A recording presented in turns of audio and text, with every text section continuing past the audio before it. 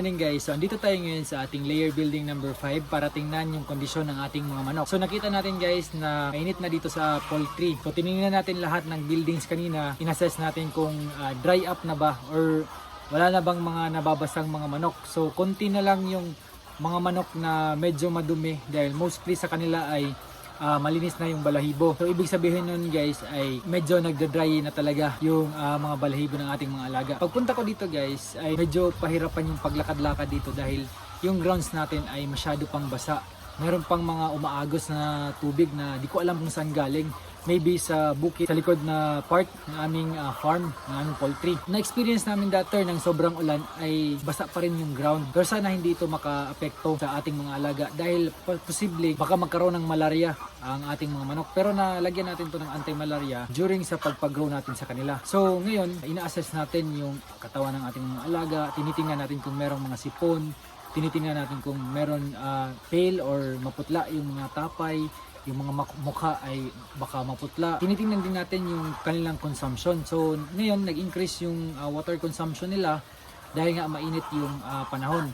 And then yung feed consumption nakita ko medyo umingcrease din dahil mabilis nang nauubos yung mga feeds na nilalagay natin sa kanilang mga feeder. Pero guys, upon checking sa ating na-harvest na mga itlog, yung record nila, daily record ng mga na-harvest na itlog ay medyo nag-decrease pa ng konti ngayon.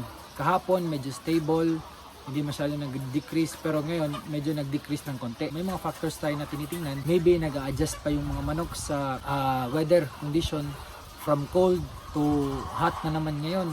So isa din ito guys sa mga dapat nating bantayan dahil sa panahon ito posibleng magkaroon ng sipon yung ating mga alaga dahil sa transition ng weather. Masyado extreme in just a span of time. Bigla-bigla galing sa malamig papunta kagad sa mainit. Pero guys, nakikita natin na nagbabalik yung sigla ng mga alaga natin. Hindi na sila masyado natutulog, hindi na masyado naglilinis sa kanilang balahibo, hindi na nag-grooming, hindi na masyado nag-hygiene dahil yung focus na lang din nila ngayon ay yung kumain na kumain. At the same time ay uminom ng tubig. In-extend muna natin yung lighting program nila, 18 hours. So in-extend ko muna ng 18 hours yung lighting program nila. Nasa 11 PM muna kami nag-off ng ilaw para ang mga manok ay makarecover yung kanilang katawan sa mga siguro sa mga previous days na mahina yung kain nila. Bigyan muna natin sila ng enough time to recover, especially yung katawan ng ating mga alaga. And then, sa kanilang tayo mag-decide kung ano yung gagawin natin sa kanila based sa kanilang ibibigay naman na production. So, hopefully, sa mga susunod na araw ay mas tumaas pa yung harvest natin at the same time, mas sumigla yung ating mga manok. Sana ay hindi magkaroon ng sipon. Kaya nga, check ko dito sa layer building number 5, parang meron akong naririnig na sipon. So, i-confirm ko muna sa ating veterinarian. And then, dyan pa lang tayo mag-a-action kung ano talaga yung magandang remedy, if punta ba tayo sa medication or mag-supplements lang muna tayo. During harvest time guys ay masyado maingay yung ating mga manok. So kapag masyado maingay yung ating mga manok, ibig sabihin yan ay marami yung nangingitlog. And then marami yung na-harvest natin. During nung rainy days ay bira yung mga may umiiyak or may sumisigaw na mga manok. So mostly sa kanila siguro natutulog lang instead na kumain. At mostly din siguro sa kanila ay delayed yung pangitlog kaya wala masyadong ingay yung mga poultry buildings natin nung mga nakaraang araw. So ina-advise ko pa rin yung mga poultry boys natin dito na magsuot ng boots dahil yung grounds natin dito basa. And then kini-clearing din natin yung mga canals na palibot ng poultry buildings para malinis yung mga buildings. Tuloy-tuloy yung daloy ng mga tubig at hindi pasukan yung ating poultry buildings.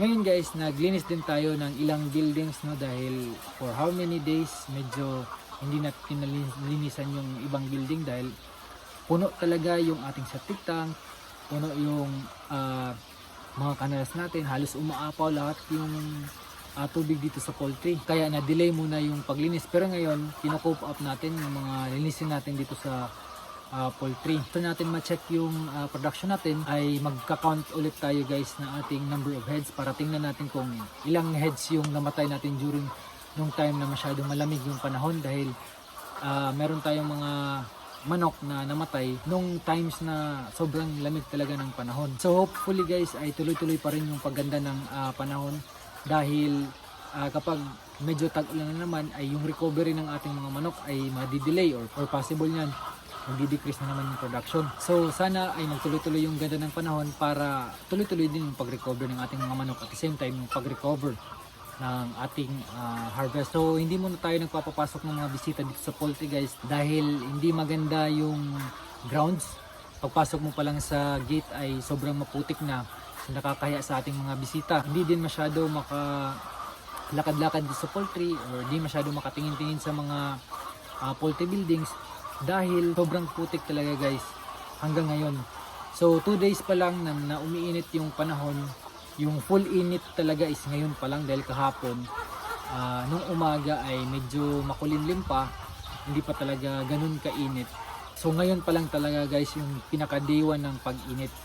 At meron pa pala tayong pinagawa sa post ng electricity natin dahil yung nakaraan ay medyo nag-low power tayo dito. Yung mga layer buildings natin hindi masyado napapailawan dahil nasa 110 lang yata yung supply ng kuryente. Kaya madilim pa rin. So isang reason yun bakit bumaba yung production natin. So ngayon medyo maayos na yung supply ng kuryente natin. Kaya titingnan natin kung ano yung magiging result dahil hindi naman kaagad yan guys makikita natin yung result ng pag-recover. Dahan-dahan yan i-increase, minsan di-decrease na naman tapos i-increase ulit. So yun yung process of recovery ng ating mga alaga. So tingnan natin guys sa mga susunod na araw kung may pagbabago ba sa ating mga manok, at the same time sa quantity o sa bilang ng mga na-harvest nating mga itlog. So update na lang ako guys next time kung in case na maglagay kami ng supplementation or kung mag-treat ba kami ng aming mga alaga. So maraming salamat guys sa panonood nyo ng video ito at sana ay may natutunan naman kayo ngayon. Happy poultry farming! Bye!